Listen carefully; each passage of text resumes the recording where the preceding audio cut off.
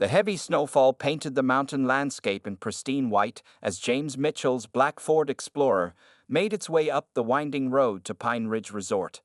His strong hands gripped the steering wheel firmly, his military training evident in his perfect posture even after 6 hours of driving. The GPS announced that his destination was just 2 miles ahead, but James had already spotted the resort's distinctive wooden welcome sign through the falling snow. At 35 years old, James carried himself with the quiet confidence that came from spending 15 years in the Special Forces. His short-cropped dark hair and clean-shaven face still reflected his military background, even though he had completed his final tour in Afghanistan just 3 months ago. The small scar above his right eyebrow told stories he preferred not to share. The resort had been recommended by his former commanding officer, who had described it as the perfect place to reset your mind. After spending the last decade in desert combat zones, the idea of a peaceful mountain retreat had appealed to James immediately. He had booked a week-long stay, planning to split his time between skiing and simply enjoying the solitude. As the Explorer rounded the final bend, Pine Ridge Resort came into full view. The main lodge was an impressive 3-story structure built from massive pine logs, with floor-to-ceiling windows offering views of the surrounding mountains. Smoke rose from several stone chimneys, promising warmth within. To the right, James could see the ski slopes, where late-afternoon skiers were making their final runs of the day. The parking lot was about half full, mostly with SUVs and family vehicles suited for the mountain conditions. But something caught James's trained eye: a group of motorcycles parked in a tight cluster near the lodge entrance. They weren't typical touring bikes. These were custom choppers, modified for intimidation rather than comfort. Their chrome surfaces were splashed with road salt and snow, and thick chains wrapped around their tires provided grip in the winter conditions.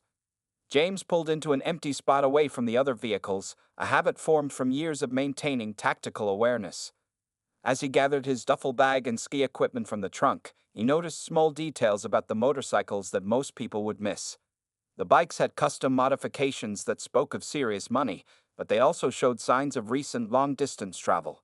Fresh mud on their undercarriages suggested they had taken back roads to reach the resort. The temperature was dropping rapidly as the sun began to set behind the mountains.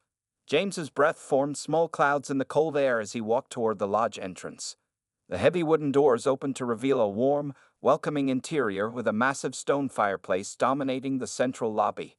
The crackling fire and pine-scented air should have been immediately relaxing, but James's instincts were already on alert. At the front desk, a young woman named Sarah, according to her name tag, greeted him with a professional smile. "Welcome to Pine Ridge Resort, sir. Do you have a reservation?" "Yes, James Mitchell, 7 nights," he replied, sliding his ID across the counter. As Sarah processed his check-in, he casually scanned the lobby. Most guests were typical winter tourists, families with kids, couples in matching ski gear, and a few solo travelers like himself. But near the bar, he spotted a group that had to be the motorcycle owners. 6 men occupied a corner booth, their leather vests marked with patches identifying them as members of the Mountain Devils MC. They were loud and imposing, making other guests visibly uncomfortable as they passed. A waitress approached their table hesitantly, and James noticed how she flinched when one of the men grabbed her wrist to get her attention. "Here's your room key, Mr. Mitchell." Sarah's voice brought his attention back to the desk. "You're in room 217, second floor with a mountain view. The dining room serves dinner until 10 p.m., and ski equipment can be stored in the locker room near the rear entrance." James thanked her and headed for the elevator, his military training unconsciously noting exits, security camera positions, and potential choke points. He had come seeking peace and quiet, but something about those bikers suggested his stay might be anything but peaceful. Still, he reminded himself, he was here to ski and relax, not to get involved in other people's business. As the elevator doors closed, he could hear fresh laughter erupting from the biker's corner, followed by the sound of breaking glass. James sighed quietly. Sometimes trouble had a way of finding him, whether he wanted it or not. After unpacking his belongings in room 217, James decided to head down to the dining room for dinner. He had changed into casual clothes, dark jeans and a warm gray sweater, but his alert demeanor remained unchanged. The dining room was located just off the main lobby, featuring the same rustic charm as the rest of the resort. with wooden beams crossing the high ceiling and wall-mounted antlers decorating the spaces between large windows. As James waited to be seated, he could hear the bikers before he saw them. Their loud voices carried across the room, punctuated by occasional bursts of rough laughter. The hostess, a middle-aged woman named Martha, approached James with obvious relief in her eyes, as if grateful to have a normal guest to attend to.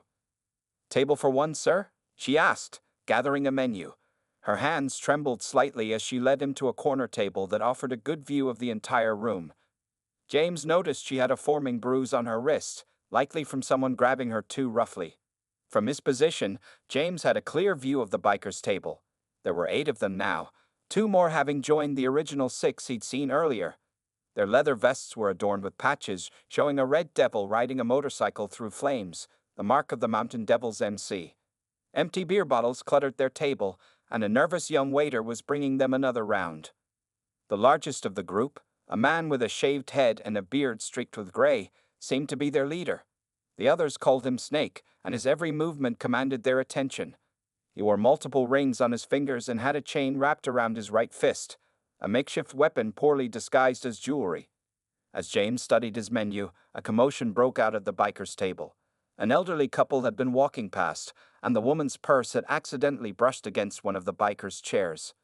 "Hey, watch where you're going," the biker snarled, standing up so quickly his chair fell backward. The elderly man pulled his wife closer, apologizing quickly, but Snake was already on his feet.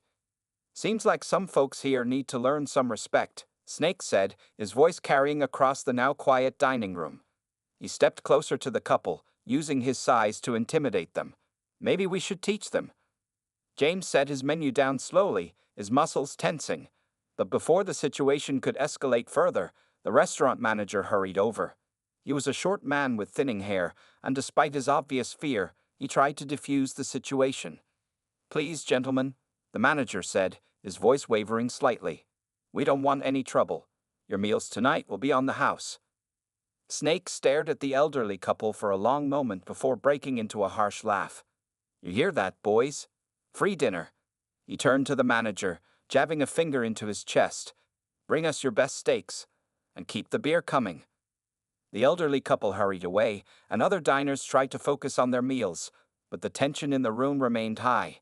James watched as Snake returned to his seat, high-fiving his companions and laughing about how easy it was to get free food.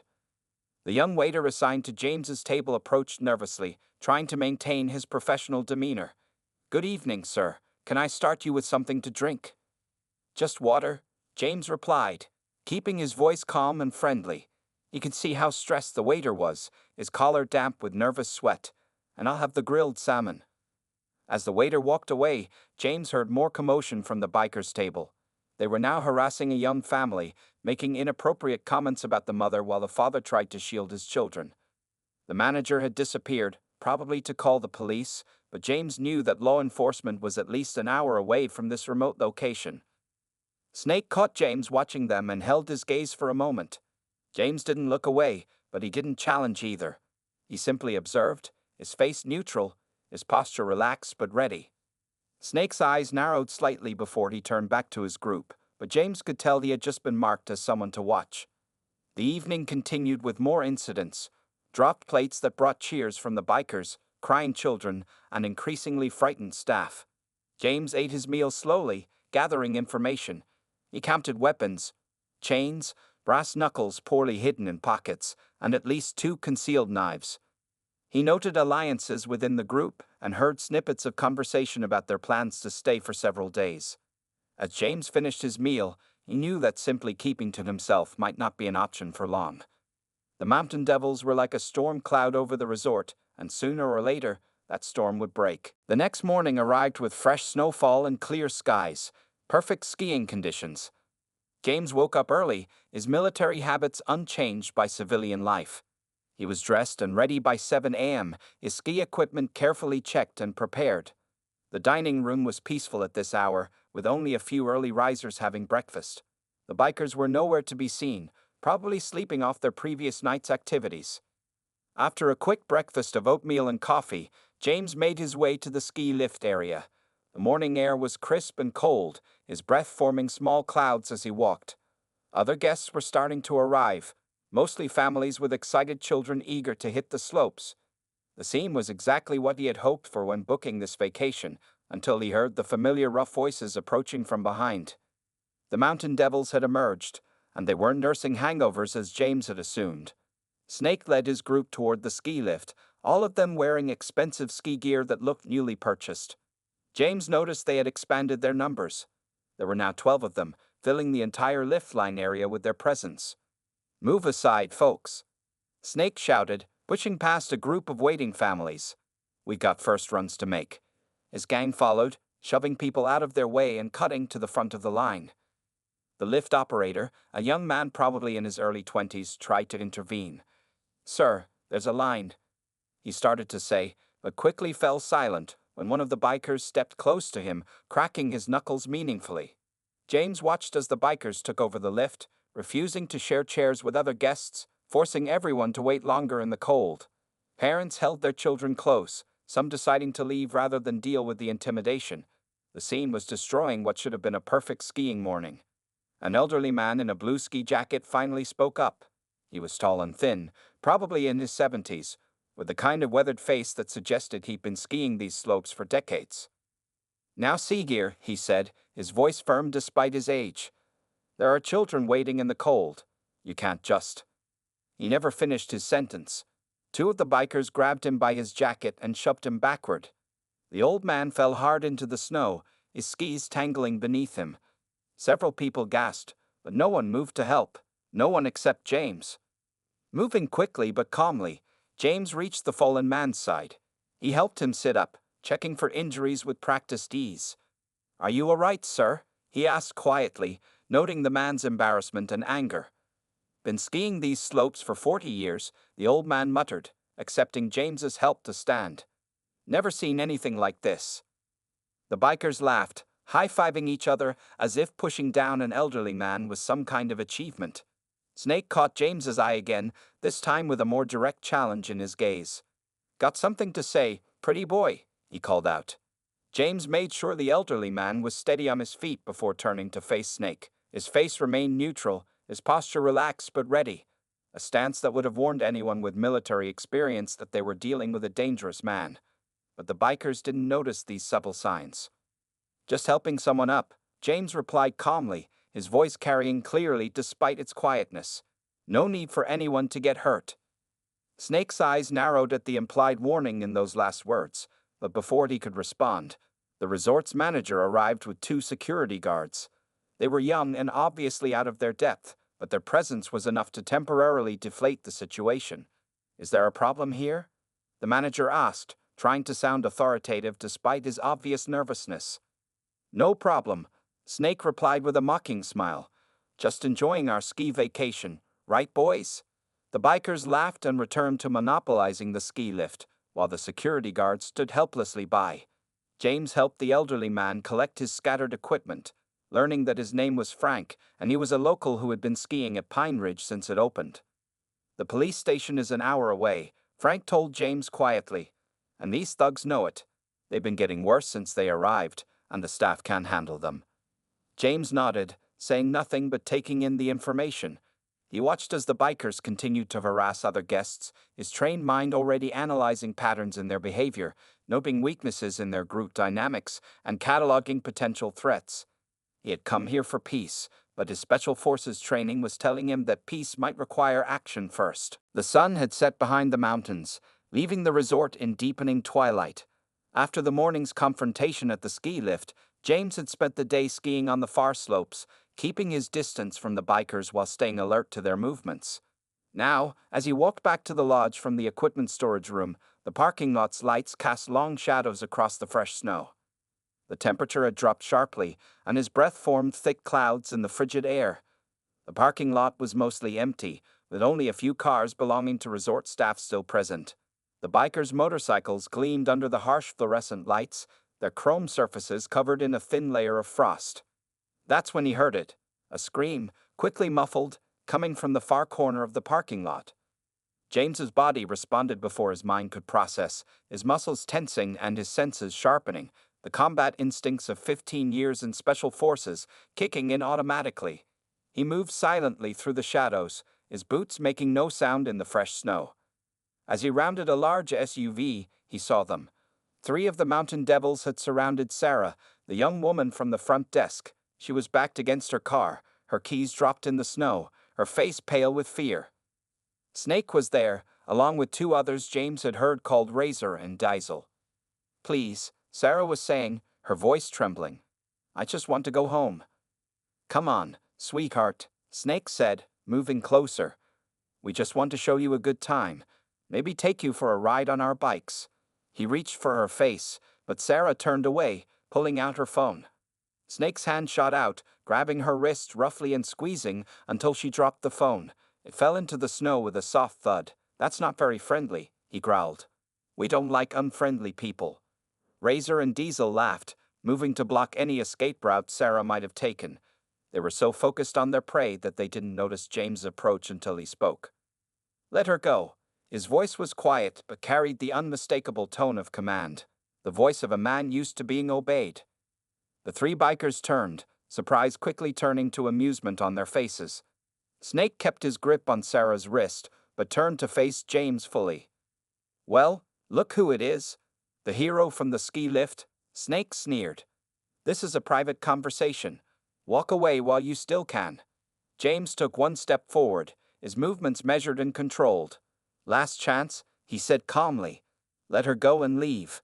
No one needs to get hurt." The bikers laughed, the sound echoing off the surrounding cars. Razor and Diesel spread out, trying to flank James. They moved like street fighters, aggressive but undisciplined. 3 against 1, tough guy, Diesel taunted, pulling a chain from his pocket. "Those ain't good odds." A slight smile touched James's lips, the kind of smile that should have warned them. "I agree," he said softly. "You should have brought more men." Snake shoved Sarah aside, making her stumble and fall into the snow. "Kill him," he ordered, reaching for the brass knuckles in his pocket. What happened next seemed to unfold in slow motion for Sarah as she watched from the ground. James moved with a speed and precision that seemed impossible. As Diesel swung his chain, James stepped inside his guard, redirecting the chain to tangle around Razor's approaching arm. Both men's momentum worked against them, and a series of quick, sharp strikes left them groaning in the snow. Snake's eyes widened as his 2 companions went down in seconds. He charged forward, brass knuckles glinting in the parking lot lights. But James moved like water, flowing around the wild punch and delivering 3 precise hits: ribs, shoulder, jaw. Snake's shoulder dislocated with an audible pop, and he collapsed, screaming in pain. The entire fight had lasted less than 30 seconds. James calmly walked over to where Sarah's phone lay in the snow. He picked it up, brushed it off, and handed it to her. "Are you all right?" he asked gently, his voice showing no sign of exertion. Sarah nodded, still stunned by what she had witnessed. James helped her to her feet and retrieved her dropped keys. "You," Snake groaned from the ground, cradling his dislocated shoulder. "You're dead. You hear me? Dead." James ignored the threat, keeping his attention on Sarah. "Let me walk you to your car and make sure you get out safely." As they walked away, leaving the 3 bikers in various states of pain in the snow, you could hear Snake shouting behind them. "This isn't over. The whole crew's gonna make you pay." James knew Snake was right about one thing. This wasn't over. But for the first time since arriving at Pine Ridge Resort, he felt a familiar clarity of purpose.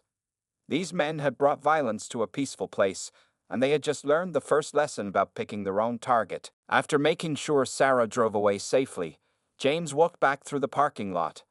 The 3 bikers were still there, with Snake cursing as Razor and Diesel tried to help him stand. The dislocated shoulder had put him in considerable pain, and his face was red with both agony and anger. "You made a big mistake," Snake spat, his breathing heavy. "Do you have any idea who we are?" James stopped a few feet away from them, his posture relaxed but alert. The parking lot lights cast hard shadows across his face as he spoke. "I know exactly who you are," he said calmly. "You're bullies who prey on people weaker than you, but you made a mistake tonight." Diesel took a threatening step forward, but stopped when James turned his gaze toward him. Something in those eyes, the cold, professional assessment of a trained soldier, made him step back again. "The mistake," James continued, his voice remaining quiet and controlled. Was thinking that everyone here would be an easy target. I'm giving you a chance to leave. Pack up your bikes and go, and we can avoid any more unpleasantness. Snake laughed, though the sound was strained with pain. You think this is over? We've got 9 more brothers inside. When they hear about this, they'll what? James interrupted. End up like you. I can handle 9 more just as easily. The only difference will be the number of hospital beds needed. The confidence in his voice made them pause. For the first time, the bikers seemed to really look at James, his stance, his controlled breathing, the way he had taken down 3 of them without breaking a sweat. Snake's eyes narrowed as understanding began to dawn. You're military, aren't you? He asked, grimacing as he tried to move his injured shoulder. Was, James corrected him. Special Forces.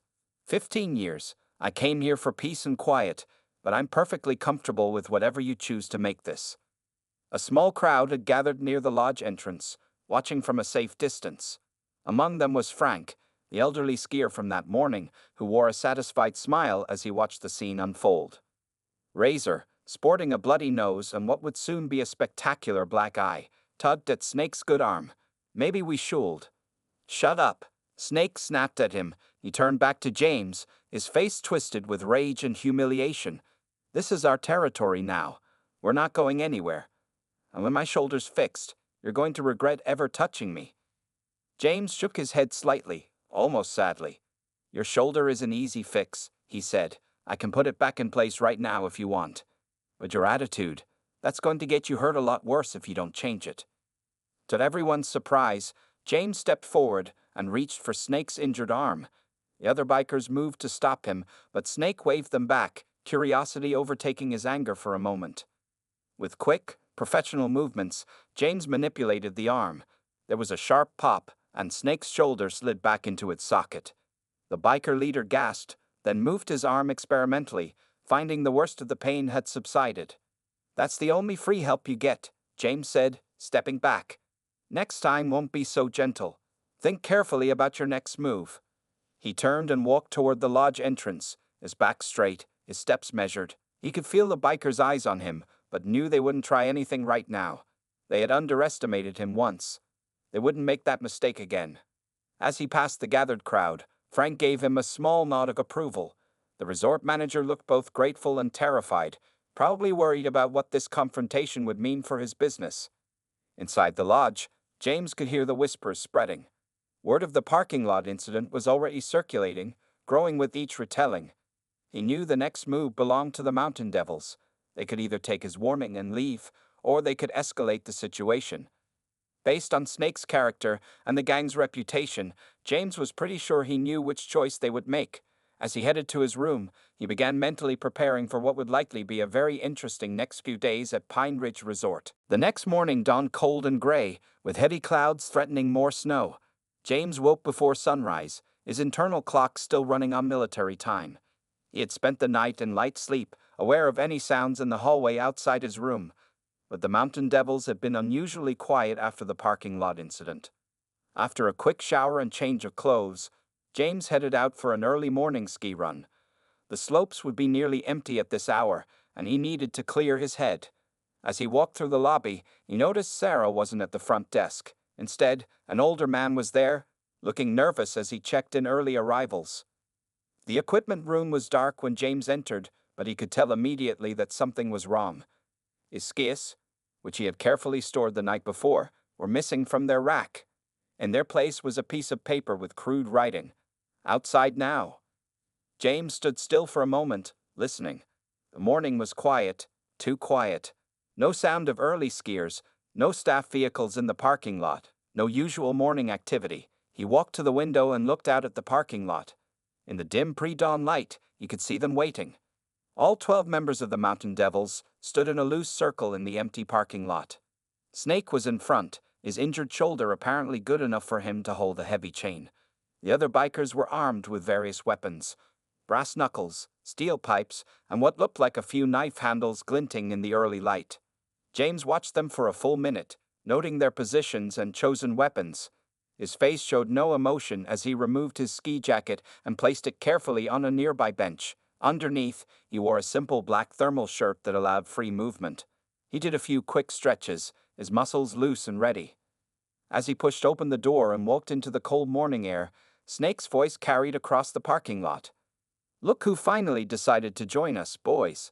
Our Special Forces friend." The bikers spread out, trying to surround James as he walked calmly to the center of their circle. Fresh snow crunched under his boots, and his breath formed small clouds in the freezing air. The parking lot lights were still on in the early morning darkness, casting harsh shadows across the scene. "Last chance," James said quietly, his voice carrying in the still morning air. "You can still leave." Snake laughed, and the sound was echoed by his gang. "You're the one who should have left when you had the chance," he snarled. "After we're done with you, everyone at this resort will know what happens when you mess with the mountain devils." James noticed how the other guests who had been heading to early skiing had stopped at the lodge entrance, watching fearfully from a safe distance. The resort's security guards were there too, but they made no move to intervene. This was beyond their ability to handle. 12 against 1, Snake continued, swinging his chain in slow circles. "Not feeling so tough now, are you, soldier boy?" A slight smile touched James's lips as he took his fighting stance, feet shoulder-width apart, hands loose at his sides, weight perfectly balanced. "You still don't understand," he said calmly. "The numbers don't matter.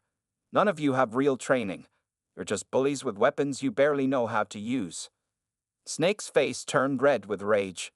"Kill him," he shouted, and the circle of bikers began to close in. James remained perfectly still, his breathing steady, his mind clear. Time seemed to slow down as he assessed each threat. Snake with his chain in front, Razor and Diesel approaching from the sides, others moving in from behind. In his years of Special Forces training, he had faced worse odds in more dangerous situations.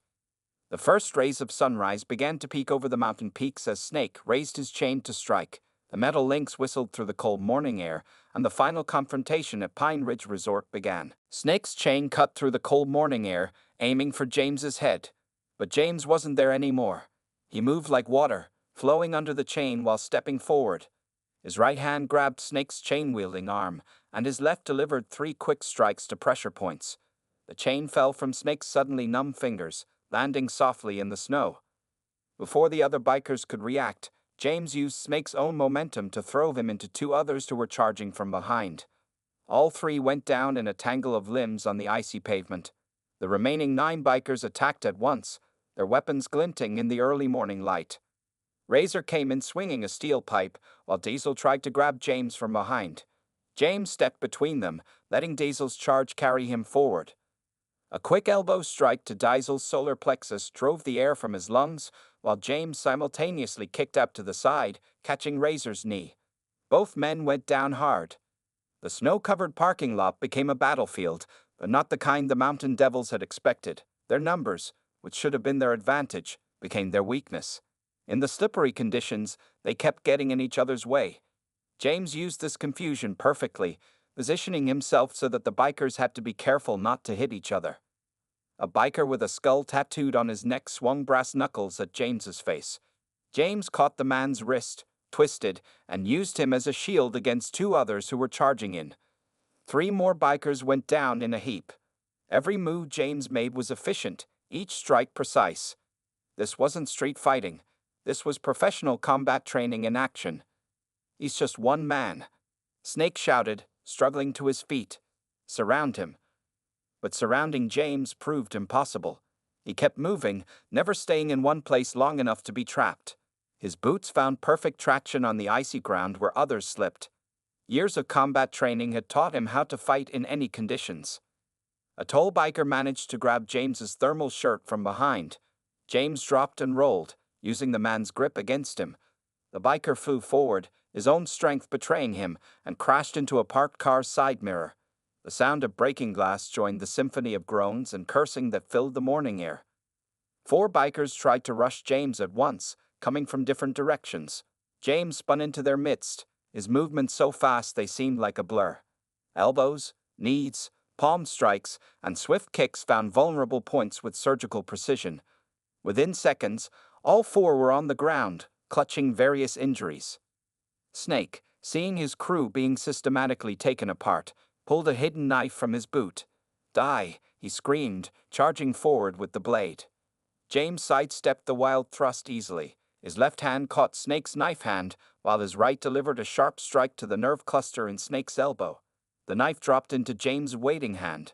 In one smooth motion, he threw it far across the parking lot, where it stuck harmlessly in a snowbank.